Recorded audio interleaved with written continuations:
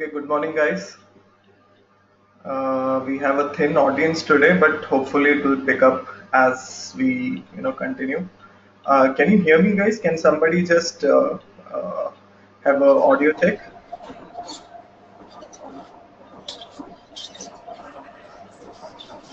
Hello. Yeah, I just wanted to have an audio check. I hope you guys can hear me. Yes. Yeah. So, guys, what I'm going to do is I'm going to put you guys on mute. So, there is only one ground rule. In case you have any questions, you just let me know on the chat box, and I'll come back to you.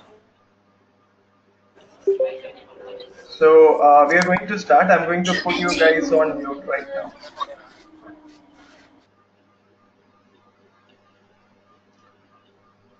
So yeah, we are starting. Good morning, everyone. As we know that the agenda today is about data science, and basically what I want to convey is want to try to simplify your data science learning journey. So the basic assumption here is that you're interested in the field of data science, which you should be ideally, because I think that's the next best thing. And the idea is, as you can see in this in this piece of the image, probably because when I started from A and I was not really sure where B is, went everywhere and ultimately reached B. The idea is, after this webinar, hopefully for you the journey from A to B will be pretty linear. Now this A and B will depend upon what is, it's not unique, it's different for everyone. So you will probably discover what's your A and what's your B as we progress in this webinar. So let's start. So just give me a minute.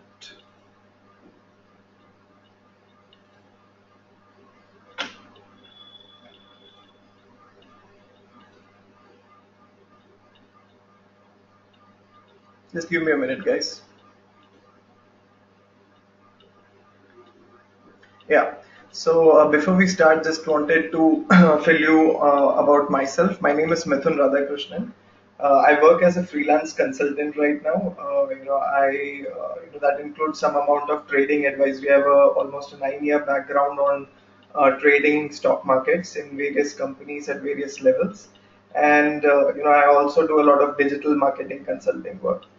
So that's mostly about my assignments of late, and now I'm getting into the training part of the business because I've always had a flair about training. So hopefully that will also work well for me. So about my education, I have a PG in analytics from Stewart School of Business. I've done an MBA prior to that, and that was again a dual MBA, which included finance as well as marketing. So my connection to finance and marketing, I've not lost it, and somehow I've been able to balance both the domains, kind of well. And I've also done something called a CMT, which is a Chartered Market Technician, which is basically a technical analysis field of stock market analysis. And in case any of you guys are interested, I'm pretty much passionate about it. So in case any of you guys are interested in stock markets and technical analysis, feel free to be connected with me. So basically, the point is that since the beginning of my career, I've been connected with data, and for last 4 years, I've been working with data on a very organized, under the prism of data science. Before that, I was like everywhere. I was doing a lot of stuff on Excel without knowing that I was actually handling data. But now, for last 4 years, I've been exposed to the data science field, and I've been working under the framework of data. So that's about me. That's an image of myself. In case you want to know whom you're talking to, and in case our paths cross, probably you'll be able to recognize me. So we are going to start, this small conversation rather than a webinar. And as I said, there's only one ground rule. In case you have any doubt, just hold on to your doubt. Drop in a message to me on the window so that I'll complete the part which I'm completing, and come back to you with your clarifications on your questions. So we are starting. So this is a rough agenda for the day. So the whole idea is, when I started off, the whole idea of this webinar is to share, few experiences which I have gone through, which I have a lot of colleagues who have, went through the data science journey, and I've just tried to collate all those experiences and give you, pass on that information to you so that you can plan your data science journey better. So everything starts from the basics. So I thought, I'll ensure that your basics are right. So so basically, what happens is, when suppose, as kids we used to play football. Maybe few of you will be playing, still playing football. So the point is that when you come to the football ground, you know where the goal is. You know where the goalposts are. You really don't look forward for it, but intuitively somehow you figure out where the goalposts are, and you know which, where you're supposed to kick the ball in. But what happens is, most of the times we assume the goals, and which really may not be our goals. So what I'm trying to do in this webinar is to help you identify what your goals are in terms of, within the perspective of data science. And once you are clear that, and everyone will have their own unique goals. The goals will not be, what's my goal is not your goal, because you're a unique person, your settings are different. So what I'm trying to achieve here at a very high level is to explain you what all are the various goals within, the data science or the data ambit of career. And then you have to figure out, where you are currently and what is the easiest or the best path for yourself. So if I think if I help you in achieving that kind of clarity of thought, where in terms of where you are, and in terms of understanding what are the various goals that are possible, and which is basically very linear for yourself, that then I would have done, justice to this webinar. So it's going to be a small webinar. It's going to just talk about some very basic stuff, but we will really go in depth of those basic stuff, so that you understand, what exactly these stuff mean, and you can relate to it better. So what we will be covering is basically, what we, talk very often as analytics. It's a most abused, term. Practically everything is put under analytics, but no one really goes in deep to understand what exactly the term analytics mean. And this is not going to be a theory kind of a session. We'll be really understanding what exactly happens in an analytics industry.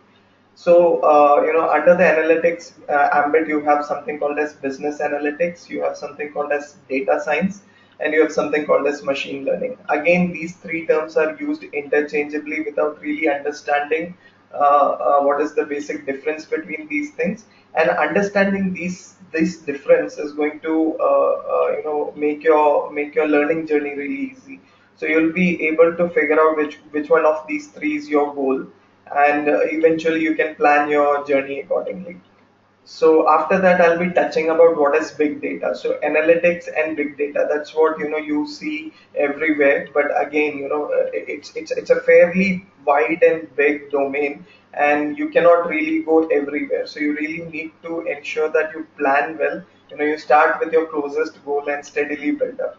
So I'll talk about analytics, then I'll talk about big data, then I'll just touch on, why is data science for you. So among all these four topics, what we would have discussed by then, but what is, we would have definitely discussed what is data science and why it is for you. And then I'll try to share a learning path, which if it's linear for you, you can take it or leave it. So that's a small agenda for the day, and we are going to start with it. So, to build up on the story, I'll just talk about, the software industry evolution. This is the image that you see is basically what is, how the software industry has evolved.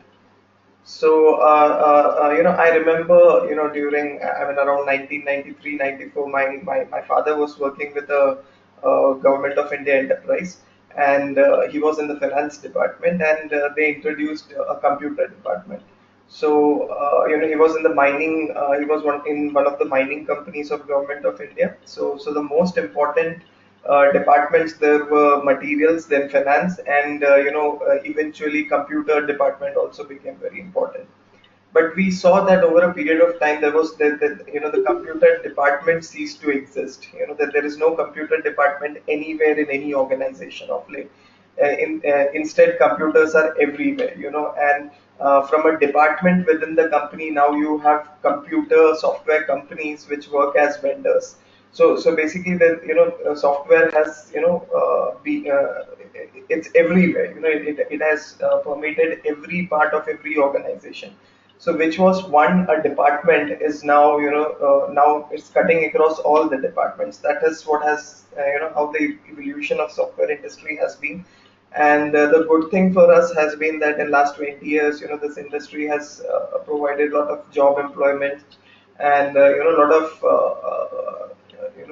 goodness and well-being has come to India and people of India because of this industry. Now, why am I talking about this is that that there has been a dollar impact that software created. So with increased computerization, we saw increased productivity, and the reason for all this evolution to happen was that there was a high dollar impact to the business. The businesses started becoming more and more productive, and hence, computerization and software industry evolved.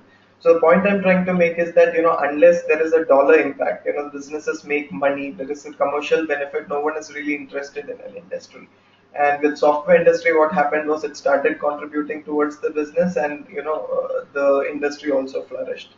So I have brought you to this slide is basically a similar journey is expected out of analytics industry also. Now analytics right now, or maybe a couple of years back was a department within any organization. Most companies used to have a a marketing analytic team or a finance analytic team who used to do the number crunching to figure out what's working well, what's not working well, and the strategy of the management was developed based on these analytics. Now increasingly what's happening is analytics is coming out of the organization as a department or a sub department, and it is cutting across all the functions. That's what is happening. So it is fair to expect and assume, and why this is happening is again because analytics is carrying that dollar impact to the business. It is giving that extra edge to the business. It is converting into money. So every business is interested in analytics, and it is cutting across industries. You have in any sector, in any and every sector, you have analytics now coming in. So this is a slide which talks about analytics and business intelligence industry. So you can see from the slide that it's been growing. It's been growing. It's growing faster than software industry, and that's pretty much expected because software industry is huge now. It has achieved a kind of a plateau. The growth is kind of plateauing now, whereas in analytics and business intelligence is kind of a recent phenomena. So a couple of points. Now this industry is working well because it's been fueled by what is called as computer science and data science. So we'll be touching about both of them, but on a very high level, computer science is basically the ability or the improved computing power that we have achieved through various innovations. You have now cloud computing and stuffs like that, which help in doing a lot of heavy lifting in terms of the computer science part of it. And data science is something which we can wait on. I'll let you know what exactly it is. But analytics and business intelligence, the backbone is computer science and data science. So you need to have a fair idea of both. Now this industry is growing at 20% CAGR. Now that's a very huge number. That's like just imagine if your salaries are growing 20% every year. So that's the kind of growth. So one thing which I'll just share as my experience. Excuse me. So, when I started working, I was with a stockbroking company, and in my first year of job itself, I made an incentive of 50% of my cost to the company. And to be very frank, I was not really good at my work. So I always used to think, how am I getting that kind of an incentive? And the truth was that, I made that money because the industry was doing amazingly well. It was growing at 40%. On that particular year, it grew by 40%. So if you're in a high growth industry, even if you're not really good at your work, you'll still make, good fortune for yourself. So my primary hypothesis or my primary assumption is that the years to come is of analytics and business intelligence industry, and if you're a part of it, you will be growing really well. And another fact which I've been seeing, I've been working with a lot of companies on small, data projects, and what I'm seeing is that analytics is the new BFSI for software companies. So what we used to, as we know that the banking and financial services has been providing the most business to software companies. Because typically a banking and finance companies work are highly tech intensive.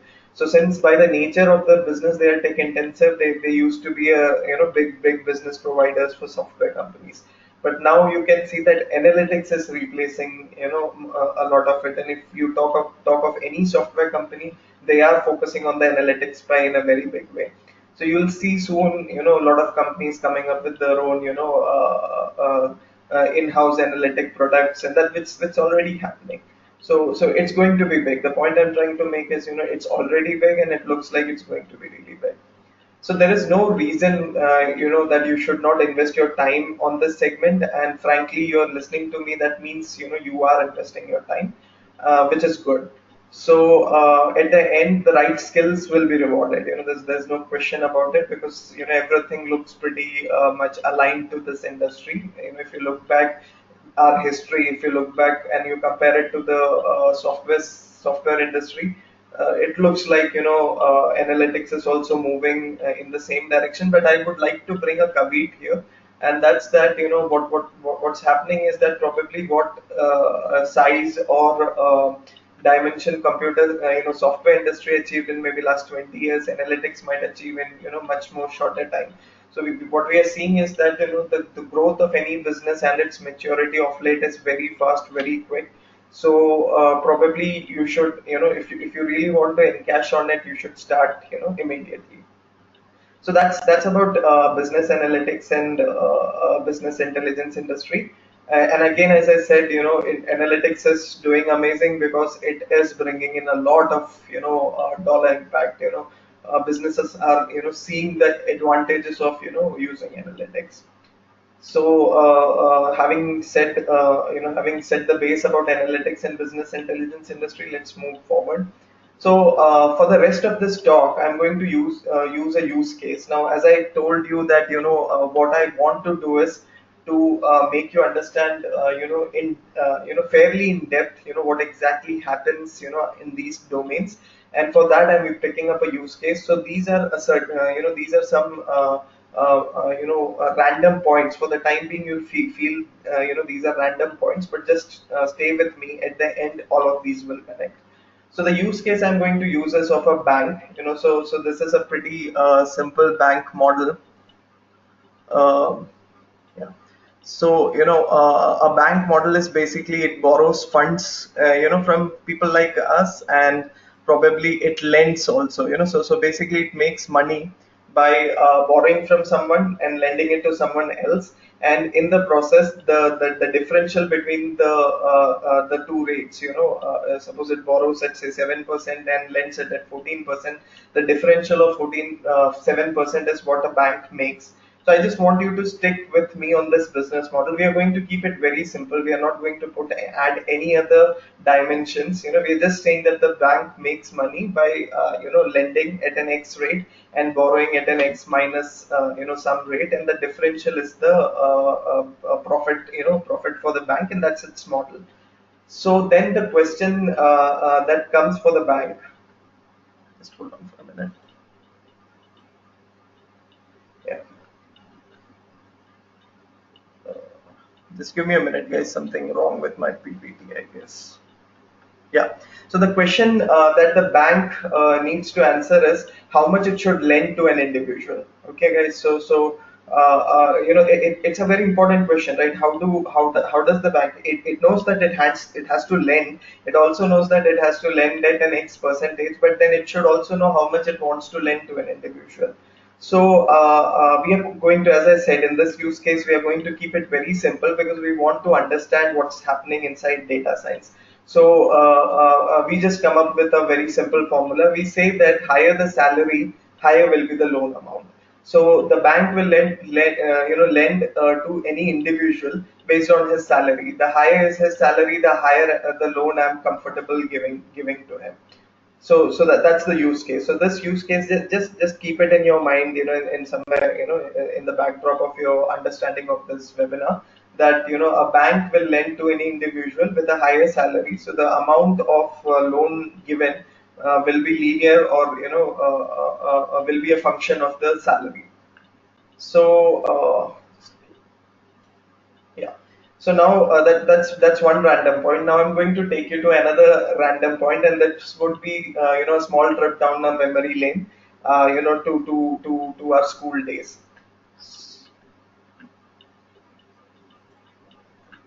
So I hope you guys have seen this. That this is basically coordinate geometry. It's nothing more than a line. It's basically a classic definition of the line. So you see there is a y-axis, there is an x-axis. C is the y-intercept, basically the point where the line meets the y-axis, and the line is defined by x and y coordinates. So I hope you remember this coordinate geometry. It's no big deal if you guys don't remember it. Frankly, when I saw this, it took me some time, because if you pick up any of the data science books, what happens is it assumes that you remember this, but it might not be the case. So why am I bringing it here is that it's very simple. This is what we have learned in our school, and if you still don't remember, I think this part will explain everything. So basically, you have two variables. You have a y-axis variable one on y-axis. You have variable two on x-axis. For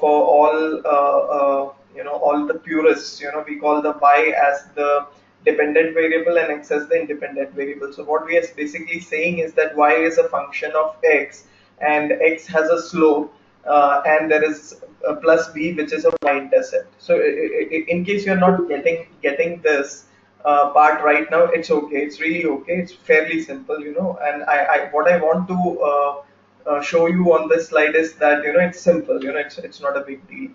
So now we are connecting the slope to our bank use case. So in our bank use case, what we have done is, we have picked up our past data.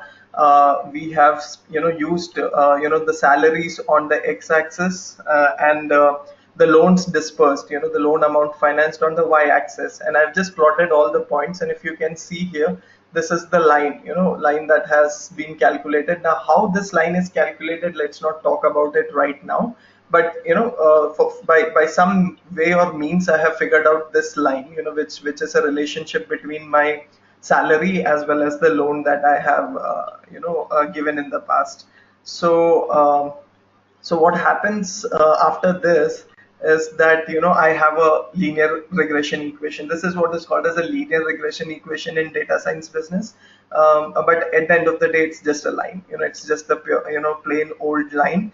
But there are some other assumptions and presumptions which we are not going to talk about right now in this webinar. What is happening is, I just want you to connect with what is, what you already know and what is expected in data science. So basically, it's just moving from our, coordinate geometry, which we learned in school, to a slightly advanced version called as linear regression equation, where we are using the same line, to define y in terms of x. So that's all about linear regression equation here. So I know it's all random right now, it's not connecting, but it will soon, trust me. So believe it or not, you just made your first data model. So basically, you have a model which is going to tell you how much loan somebody should get based on his salary. That's the model, and that is basically a business problem for a bank. The bank really needs to know how much should it lend, and you have picked up the data from the past. You have fitted a line to that, and based on that line, now you're able to tell the bank that just give me the salary numbers and I'll tell you how much to finance that guy. So at the heart of it, all this is what is required. You need to understand some models. Here we have picked up the simple linear regression equation, and there are only two variables also. In real life, there will be multiple variables, and the equations will not be linear. So for the purpose of our understanding, what I've just tried to do is build a model, based on a real business situation, and you can deploy this. This if the bank accepts, in a very simple, in the most simplistic manner, this model is good for deployment. So what is the model going to do? The model is going to tell the business person how much loan, I mean the bankers, how much loan they can offer to a particular individual. So moving forward, so what basically is happening is that you can be happy that you actually have made up your first data model, and trust me, this is all that you have to do in data model. But yeah, the complexity of model is where the cream lies. So basically, what have you done? What you have done is, you have defined y as a function of x. So this function was determined using linear. In our case, we have just used a linear line relationship to define a function. And in real life, this function is what you have to define. As data scientist, or as a data person, you have to develop. You have to define this function in real life, and that should help in determining the y really well. So let's assume, for again a simplistic assumption, after doing all the data crunching, we have come up with this equation for our bank use case. So we say that loan financed is equals to 10,000 plus zero point 0.6 of salary plus an error factor. So that 10,000 there is the is the y-intercept. Let's just forget about it in case you are not able to track what is that 10,000, and just forget about the error portion also. Just understand this part, that what this formula is telling is that for every rupee increase in salary, you can increase the loan by zero point 0.6. That's the relationship, linear relationship you have discovered using your data model, using your linear regression data model. And this is a classic case of data modeling. You pick up some past data, and you define a function, and that function helps you, coming up, with y, which is your loan finance. So any data model is all about finding such functions that can help us infer things. Basically that's what you're supposed to do as a data scientist. You're supposed to find out such functions, such relationships, which will be, this one we have picked up for is the most simplistic relationship, the linear relationship. You can have exponential relationship. You have, really crazy relationships that you can figure out. And once you figure out, you have practically made your data, and you can deploy it, and you'll get paid for this money. I mean, you'll get paid money for this work. That's what you're supposed to do as a data science person. So now I'm coming to data, analytics part again. Most of us again know what is analytics, but I'm calling a spade because sometimes you assume things which may not be true. So what happens, that the journey of analytics is, it starts from data, and it has to, go to insights. It has to reach insights. Ultimately, once you reach insights, you just pass on those insights to the management. It's up to the management to actions, or management to take the actions or not to take the actions. Your job is to move from data to insights, and that's why you get paid, because the management wants to take action. It wants to take, positive actions that will have a positive dollar impact. So that's in nutshell what's happening inside analytics. You pick up the data, you develop insights, you pass on the insights for the management to take actions. So intuitively, what is happening is all the three of these subsets of analytics, basically business analytics, data science, machine learning, all the three are supposed to do the same thing. But all the three, the question is at the depth in which they work. So all of them do the same thing, but the level is at which they work is the basic difference. And that's what is the cream of this webinar. I just want you to understand the depth at which these three work. So let's start with business analytics. So in business analytics, you start with data. You just pick up some black box. So in our case, the f of x is the function which we have the function which we have just defined for the bank. We have defined a if you just remember, we have just defined this portion as the function for the for the bank. I hope you remember this. So this is the function which we have just figured out for the bank, that the loan finance is a function of the salary that is that is being earned by the person. So in business analytics, what I really do is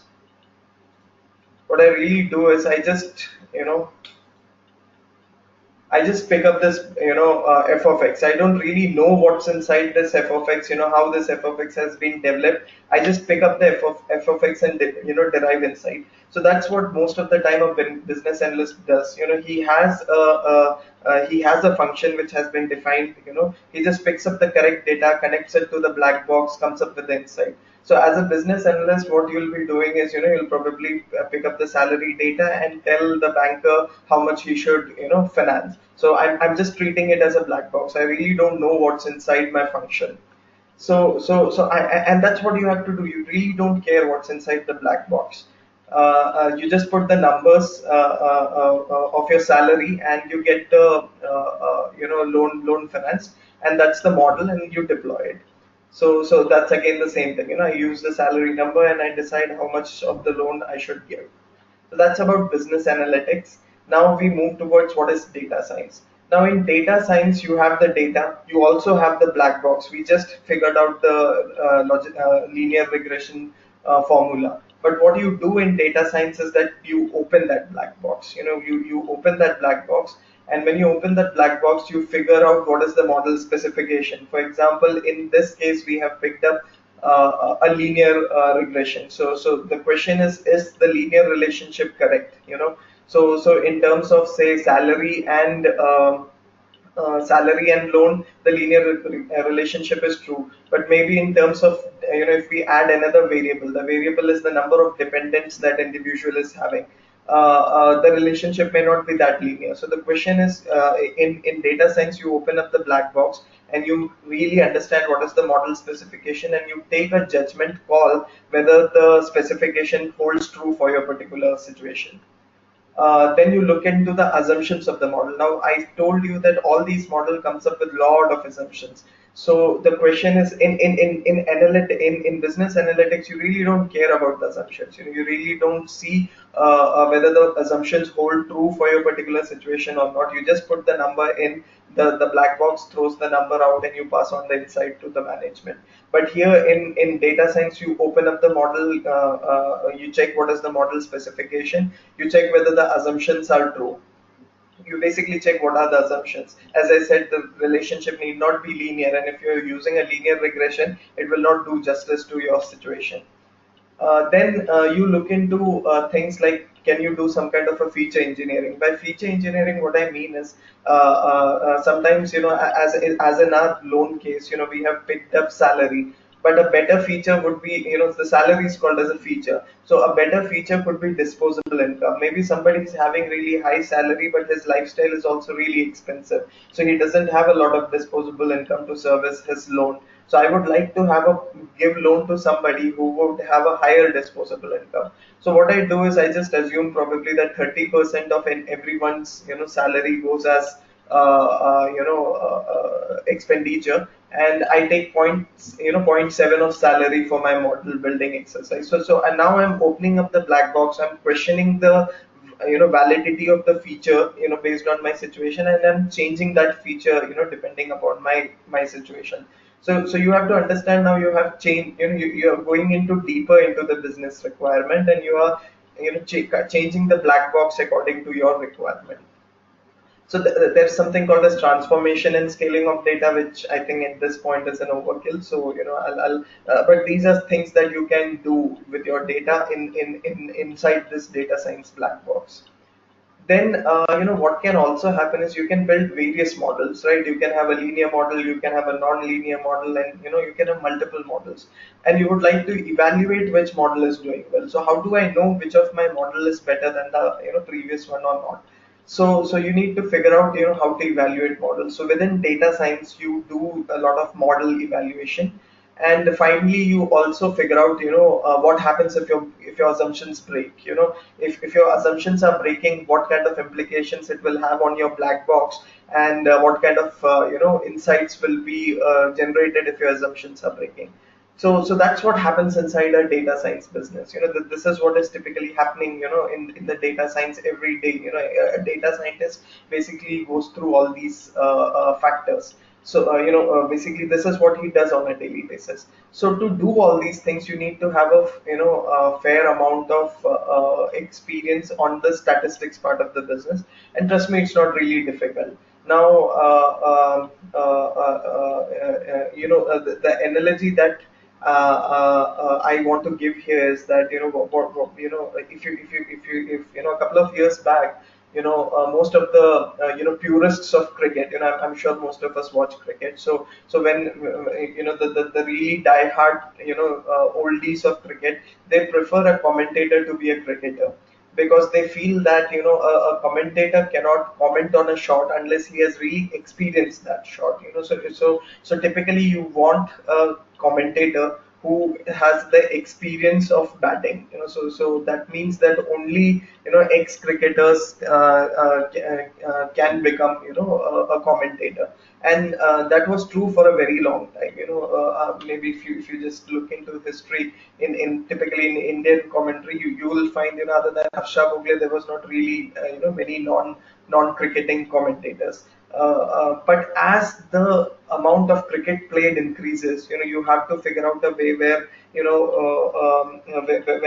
you don't have those kind of cricketers, you need to find out the next best option. So in data science business also, for a very long time, all the data science activities which I've just mentioned here was a forte for PhD guys in statistics, guys who are really in depth in statistics. But now, in practical purpose, you really don't have to have a really in-depth knowledge of statistics. It's good to have, but it's all you need to know is some working level statistics. So you can get into a data science job with some working level information of statistics. You really don't have to get into a very high level of statistics, but it's good if you can, and eventually you would. Once you start developing your models, the learning never stops. So that's a caveat that I wanted to give you off at this level. So data science is basically you open up the black box and you figure out the model specification, you figure out the assumptions, you figure out if you can do some kind of feature engineering, and you try to figure out if you can evaluate the model better. So that's about data science, and this is the most important piece of this webinar.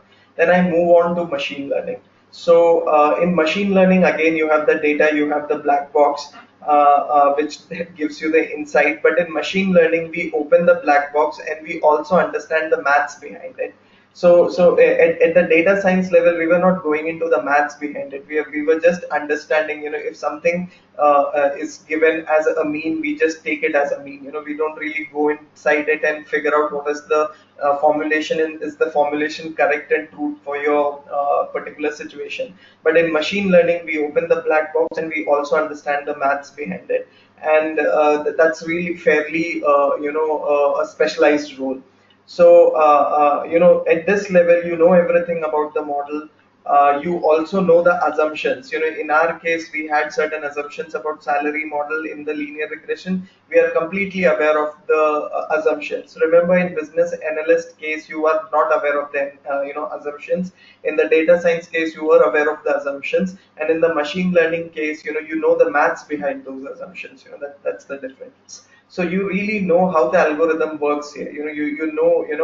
How the algorithm is doing all the calculations in the back end, and and you're able to appreciate that. So in case you want to tweak something, you want to tweak some kind of a calculation, you are capable of doing that. So this is highly specialized work, which includes a lot of knowledge of statistics and a lot of background on coding. So somebody with a good coding skill and a decent level of information, decent knowledge about statistics, he'll be paid really well. So when the industry, so for our purposes, we always use data scientist, machine learning, business analyst, all of these interchangeably. But the industry is very clear when it's looking for somebody with machine learning skills. This is what it is looking at. He wants a person who knows the model in and out of the model, and there is not a single model. There are a couple of them, and they know what are the assumptions, and they also know the maths behind it. But when you know all these things, the value you carry is really high. So this is what I want you guys to appreciate: the difference between business analysts, the difference between data science, and the difference between machine learning. All of them are similar, but the level at which they work is different. It just keeps on it just keeps on going deeper and deeper. So one analogy that comes to my mind is about our doctor. The doctor that we meet. So most of you would be aware that the highest paid doctors are basically cardiologists. A surgeon cardiologist. So just to let you know, in case we have some kind of of symptoms, we generally go to our general practitioner, a general medicine guy. Now, a general medicine guy is similar to a business analyst. He would check for certain parameters, which would be black, which like black box. He'll pick up the reading and he'll draw insights out of it. If he cannot help you, he will refer you to a senior doctor, to a slightly more specialized doctor. That guy is like your data scientist, data science guy. So this doctor will make you take some more tests, go through some more details of your situation, and if he can help you, well and good. But if he feels that there's something more to it, he will send you to a senior cardiologist. Now, the point here is, is the senior cardiologist going to look at you as a black box? He's not going to, right? Let's hope he does not, because if he does, then we are in a big difficulty, because everyone is different. Suppose I have a hole in my heart, and you also have a hole in your heart, but though the problem is the same, but the holes are different, right? Everyone is unique.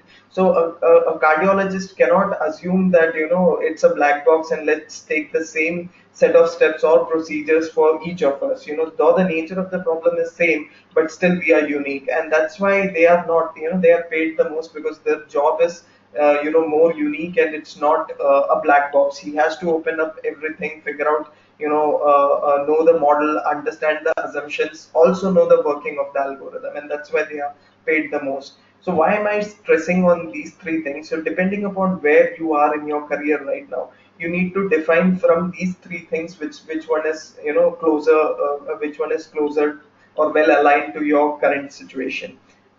Which probably you'll be able to take a call, later on when you do some kind of thinking on yourself on your own. So that moves us to our next domain, which is called the big data. Now, again, it's a overly abused, misused term. So, what is big data? Typically big data, from a business point of view, purely from a business or an organizational point of view, is these things. You have business data, for example, the transactional data, that the business generates. So, what is the sale today? What is the service request today? All those things come under the business data. Then you have weblogs, you have videos, you have images, you have sensors, you have third party apps. All these peripheral stuffs are adding to the business intelligence and analytics. So earlier, a couple of years back, it used to be very simple. You just look into your business data. All the other things was not really included within the analytics pack of it. But now if somebody is watching a video produced on your product, that means he's a potential customer, and you need to figure out how to tap that potential customer. There are a lot of sensor data, there are a lot of third party apps, and all these things is contributing to huge amount of data. You also have, your social media, likes on Facebook, Twitter followers, YouTube video watchers, all these guys are contributing to the big, to the data and towards the business, and you need to figure out a way to tap in. So what is big data? Big data is basically, trying to bring all the structured and unstructured data together for analytic purposes. Now, one of my lecturers gave a very good, example of big data. No, no, not example of big data. Definition of big data. Basically, big data means anything, any data which my, current processor cannot handle is a big data for me. So suppose I'm working on a, Celeron processor with a 2 GB RAM. Even, browsing certain websites can become, a big data for me. So it depends from where you are coming in, but basically it means that, data that is really difficult to process. So, so from data science now you're moving towards, big data. Basically, from analytics you're moving towards big data. So big data is contributing towards analytics because, there are a lot of other sources of unstructured sources of data which are contributing intelligence towards your business. So, if you see, this is a chart. It's only till 2012, but the trend remains true. So what this chart basically tells us, how the blue portion of the chart is basically the unstructured data, the data which is contributed outside your transactional data. So the blue part, which includes your social media activities, your videos, your images, or your blogs, everything, is contributing more and more information and data towards your business. And you need to figure out a way to, collect this data, bring it toward, into your analytics, and then, come up with a way to, define your dependent variables. In case of our loan, in case of our bank loans, just imagine you have 20 other variables. People coming for loan after watching an ad, or after watching, reading a blog, or things like that, or some kind of a email promotion. So all those things need to get collated, while considering, your dependent variable. So that's where big data comes into picture, because this is not a very structured data, and you need to figure out a way to make, create structure out of the unstructured. So the big data is picking up because, for the simple reason, this is the trend. You have a lot of unstructured data which is coming very fast, and, in very high volumes, to you. Yeah. So another factor for big data is that storage is cheap. Now this graph is pretty, it was a hitting chart, when I saw it for the first time. So you can see how the storage, the value of storage has been in last, maybe 20 years.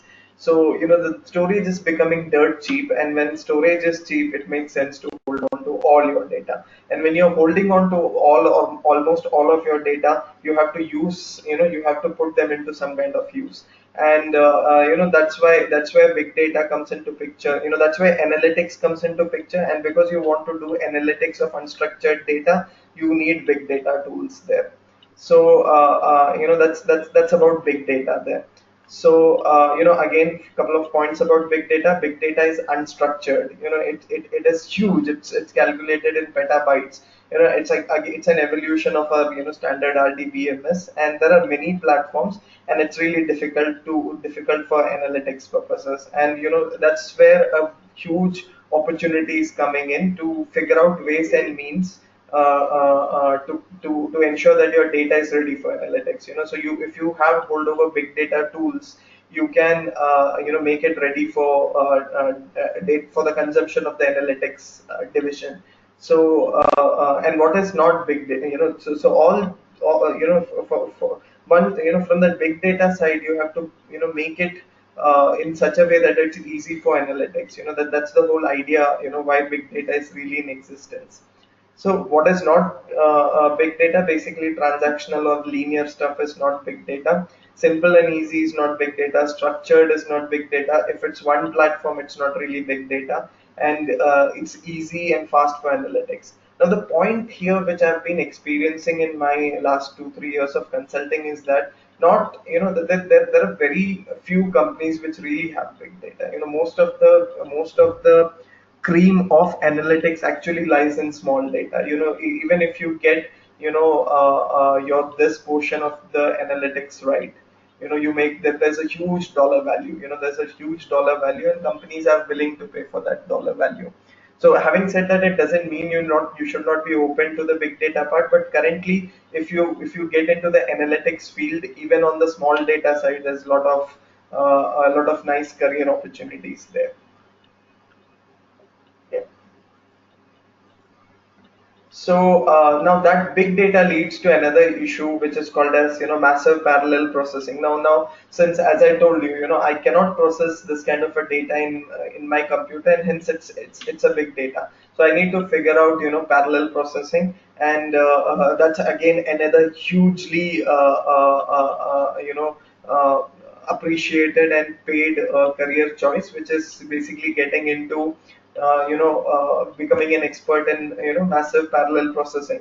So you figure out, that includes your, developing your Hadoop clusters, and all those stuffs where you define, you put your data in various nodes, and you acquire it back, whenever you need it for the business purposes.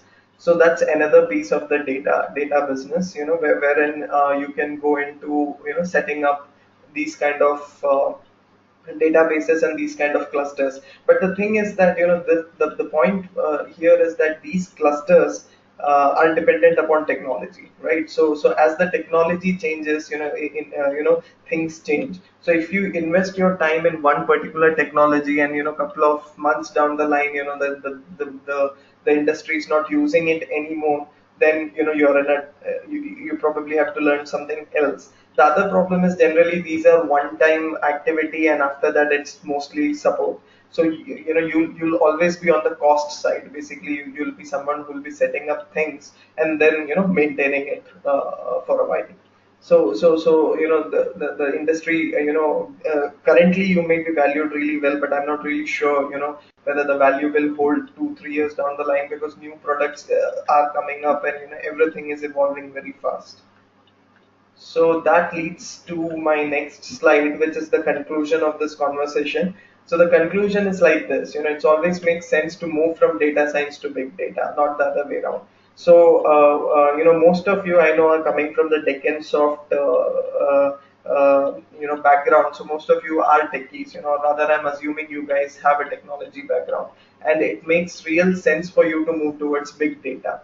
But what I'm suggesting here, based on my experience, I may be wrong, is that you should actually go into data science first. Understand the intrigue, because that's where the big data is going. Whatever you do under the big data ambit is basically a feeder to the data science guys. So if you are somebody from the data science guy, if you are a data science guy, and then you move towards big data also, you'll be typically covering the entire value chain. And since you are a technology guy, big data will come fairly easy to you. So what I've seen in last couple of years is that most of the technology guys try to go towards big data, mostly towards Hadoop clustering, stuff like that. But at the end of the day, you're just a cost center. You're going to feed this data to a data scientist who's going to prepare a model, and the model is what gets paid. So ultimately, you are just a support staff, and you're basically not the you're not basically the the guy at the center of the stage. Basically and that's not good, right? So when you're going to really invest your human capital into learning and upskilling yourself, why not target to become the person in the center of the stage. So if you start with data science and then move towards big data, it makes a lot of sense.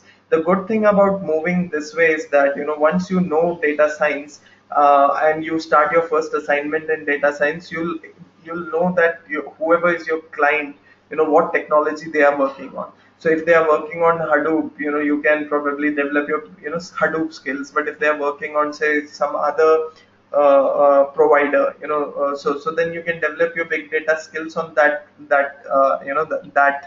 particular technology. So from data science you can go anywhere from, but from technology to data science it could be slightly difficult, but that's what is happening right now.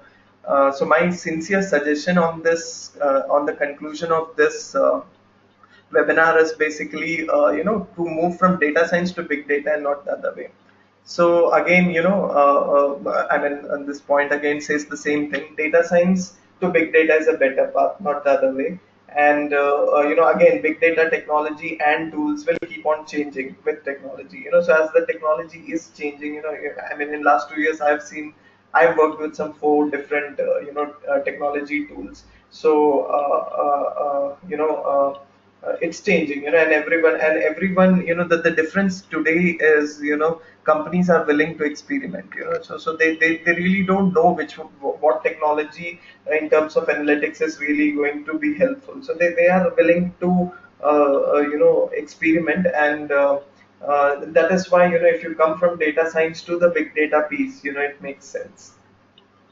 And yeah, finally, I would just touch upon the offerings, the training offerings that we have, under the Dickens of banner on data science. So we have basically two courses. So the first course is named Statistics with R. So R is the programming tool on which we will be learning statistics.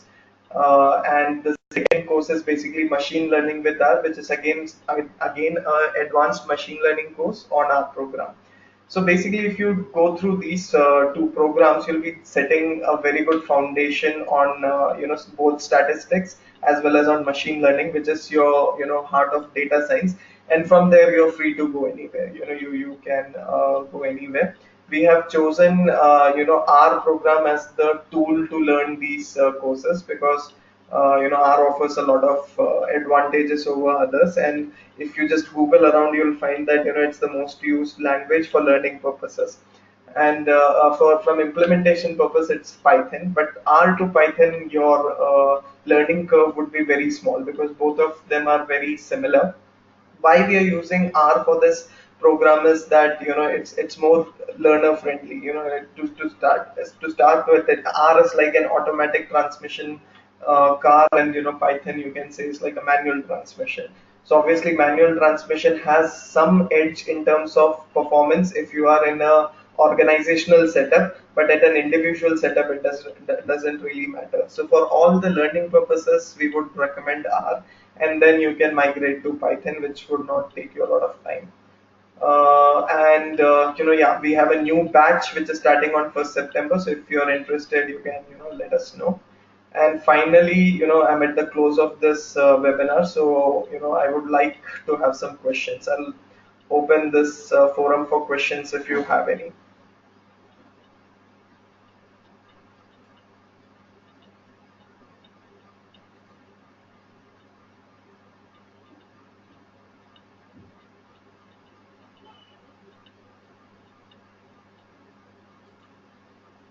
Hey guys, any questions?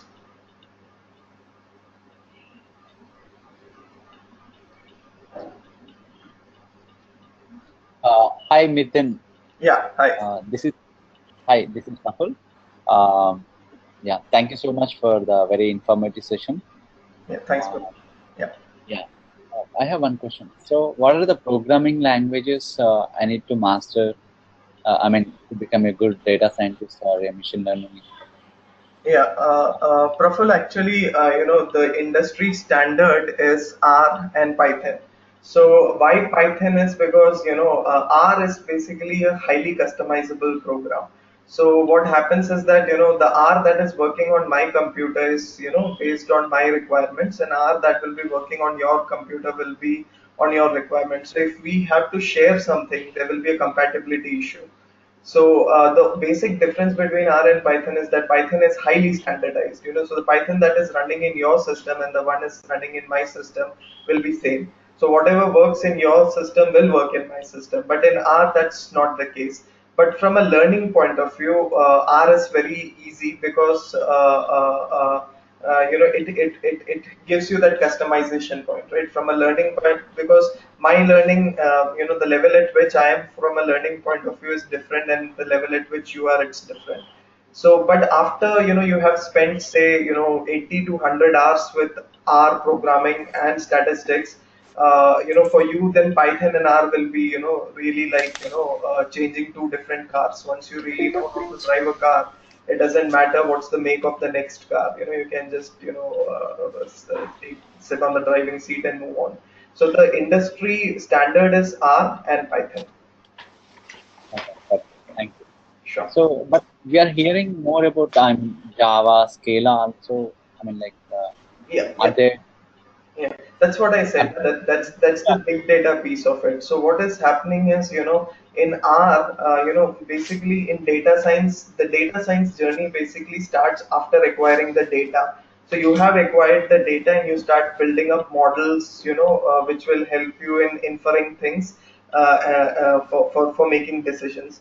But someone has to pick up that data, right? Somewhere, and this data is, spread across various domains. So, big data technologies like, Scala, the technologies that you're talking about, on Java, basically helps you in bringing all that, information together. And they also offer, ways and means to model, but it's really difficult. Matlab, it's not an industry standard. What happens right now is, you pick up the data through any of these. It also depends what kind of legacy system you are working on, right? So if that is, what the legacy system should be compatible with, your tool.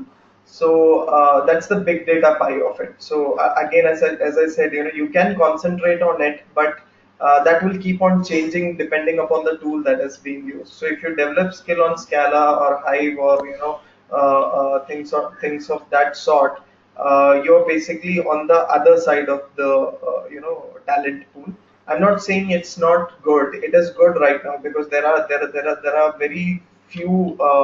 That there's a demand. There is a demand for, such professionals.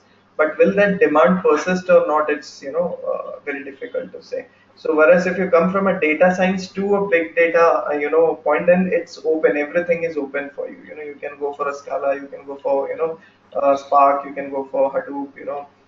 Things like that. Got it. Thank you so much. Sure. Uh, Hello. Yeah. I have a question. How to build up an interface between R and any other web-based application? Suppose my big data is coming from some web-based source, Mhm. and I want to do some continuous programming kind of thing. What will be the best tool to make an interface between them? Thank Uh, you. yeah.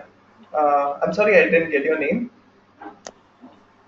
My name is Mr. Tarak Bhatt. I am calling from Mr. Tarak Bhatt's home. Okay. So, ma'am, actually, what happens is, in R, what you how you use R is basically like a lab, right? So, what you do is you pick up your data wherever it is. You don't really go, you don't really deploy R, into your into your applications. So suppose I have Yes. a web application, which is Hmm. suppose in case in our example, I have a bank, right? So bank wants to Hmm. figure out how much loan I should give to some person. So in R, Hmm. I do my data modeling. Okay, I figure out, Hmm. what is the best model. I figure out the algo Hmm. behind the best model, and then I pick up that Yes. algo and I deploy it in my application. I don't really connect my application to R, because that's, you can do that, but that's like, trying to, you're unnecessarily complicating your systems. So what you do is you just pick up those calculations and that algo and you just deploy Hmm. it in your application. So your R or your Python is mostly only Hmm. used to develop the model, to figure out what model suits you, and the best model which suits Okay. you will be, Hmm. put for deployment. Yes, yes, thank you. That solves it partially. But then again, one more thing is I'm using R, Mhm. and suppose my model is working based on some of the R packages. Mhm. So for my continuous modeling application, next those packages will come in application. So anyway, I have to bring my data back to R when I'm doing some continuous interface kind of output, Right. right? Where I'm putting in some big data in, I'm processing it with R and taking it back to to another application. Right. If that is the kind of interface I am interested in, how I do it with R, So, if so as I said, possible. it is possible. It is possible, but as I said, Huh. the thing is, if it's a single user interface, for example, it's only you and Yes. your machine itself is the Uh-huh. For server of. simplicity, let us consider it a single face Yeah, interface, you single can, user yes, interface. you can. But if you have a scale, if you want to scale it in future, your system will become the bottleneck. So that's why we use Python. Okay. So Python is Hmm. standardized, so it doesn't matter if you add me as the next user and I have Python built in my system, so it will still work. But with R, the packages that you are using will become the bottleneck. Then I have to ensure that I have all those packages, and I Yes. bring my system up to the same level at which your system Yes. is working. Yes. That's Yes. doable. Yes. That's It's like a doable. system Yeah, that's specific. Mm-hmm. yeah. So what your Yes. question? Yes. So to And, again answer huh? your question, that's doable, and but it's not Huh? advisable because sooner or later you would like to scale your systems to a Okay. higher degree of Okay. performance. Okay, okay. And then connecting to this, I have one more small query. As you talked about Python, with R as I'm working, I know that all the statistical packages are available. Is it so with Python as well?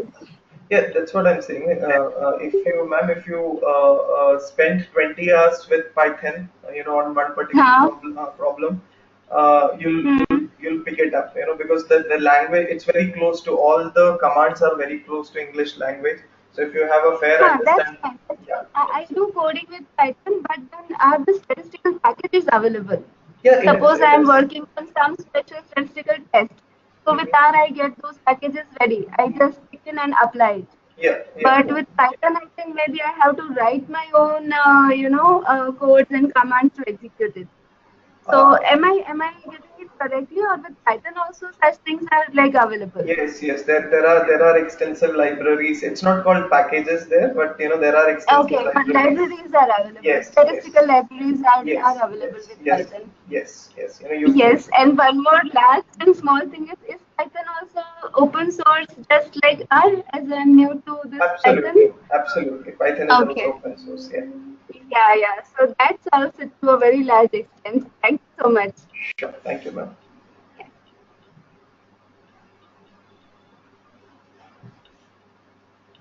Guys, any other question?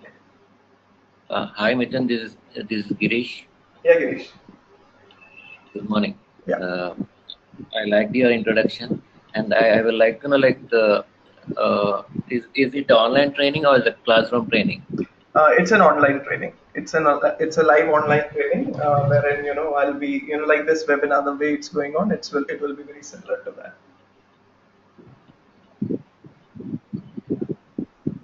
So And like it will be roughly 30 hours, 28 to 30 hours of instructor-led course material, and you would also be provided a lot of learning material which you can practice on your own. how soon is the batch going to start? So we are starting one batch on 1st September.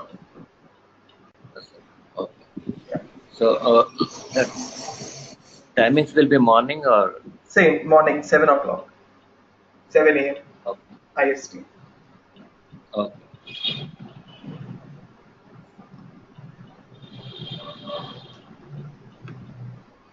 Anything else, guys? Because as my slide says, questions are guaranteed, answers aren't. So I'll try to give my best shot on answering your questions if you have any.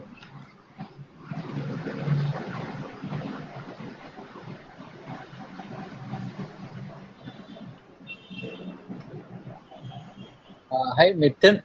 One more question. Yeah, Praful. Yeah. So after the training, how can I start applying for the job, or I mean getting a job? I mean like. Praful, it's the job market is kind of strange. That's what I've been observing for 2 months back. There was nothing. Now suddenly, if you for last 2 3 weeks, what I'm seeing is if your resume is carrying anything on the data science part, if your resume says predictive analytics or things like inferential analytics, you'll definitely get a call.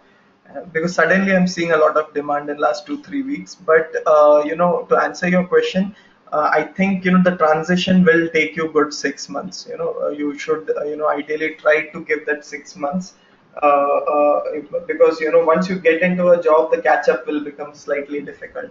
So you should do a lot of projects on your own. There are websites like Kaggle, Data World, which come up with a lot of data, and you can just use your skill, use your knowledge, sharing your work there, which will add value to yourself. But the job market is amazing. Right now, even if you're carrying anything, remotely under the specification of data science, you'll definitely get a call. But thank you. Sure. But yeah, having said that, Praful, when you reach interview, you'll have to defend it. So what I've seen is, I try to help a few of I've tried in the past to help a few of the companies to set up their analytic shops. So generally what I've seen is nobody looks at the breadth of the models that So suppose you say that linear regression, no one is going to ask whether logistic or other type of regressions, but they'll go in depth. So how much of linear regression do you know? Do you know the assumptions? Do you know the parameters? So the point here is, if you know one model really well, that means that even if you don't know the other models, you can pick it up. That's the assumption what the interviewer will have. So it's very important that you pick one or two such models, go in depth inside it. That means you become a machine learning expert on that. So if you suppose pick up logistic regression, by the way, is the most used model. So if you pick up logistic regression, you should really go in depth into it, understand everything of it, and then you're good to go. From coding to the model specification, what exactly the model is trying to tell you. So if you cover that level of homework, if you do that level of homework, there's absolutely no reason you'll not get selected. But there is one more, caveat that I would like to offer in this industry. This industry is basically, to stay where you are, you have to keep running. So you have to keep learning every day, and that's what you are basically paid for also. So as a data scientist, you are basically supposed to keep on reading, keep on enhancing to your present knowledge, because after a point, the deployment and the work will be really, matter of minutes. But what to do is basically what will take a lot of your time. So that will only come when you develop this habit of really reading and really going to the minute details. One thing that happens generally to people in this industry is their observation skills really becomes very sharp. So that kind of sharpness needs to be developed. So we have designed the course in such a way that we pick up model business cases, and we try to develop that kind of sharpness of observation. That's so that takes some time, because it's a habit. It's a skill. It's a habit which takes some time to build up. But once you reach there, then there's no stopping. Thanks. Sure, sure, Praful. Yeah, I really appreciate it. I got a lot of important things, honestly. Thanks, Praful. Thanks. That's a nice feedback to have. So thank you. So guys, I Mithun, think, yeah, Girish. yeah, Mithun, like what is the cost of this course? Uh, Fees of this this? this course is priced at $350, Girish. No, pardon, come again, please. It's $350. Three hundred Okay, and okay. fifty dollars. Yeah. Yeah, yeah, I got it. So, guys, in case you're interested, you just can, you have my mail ID. In case anything else, also, feel free to come back to me, and we can figure out things. And I think that's about it. So, I appreciate your time. On a Saturday, you guys are sitting and listening to me. So, I really appreciate that. Okay, But guys. So, yeah. Okay, guys. So, I think you guys can log off now. Thanks for your time. thanks. Thank you so much. Thanks. Bye.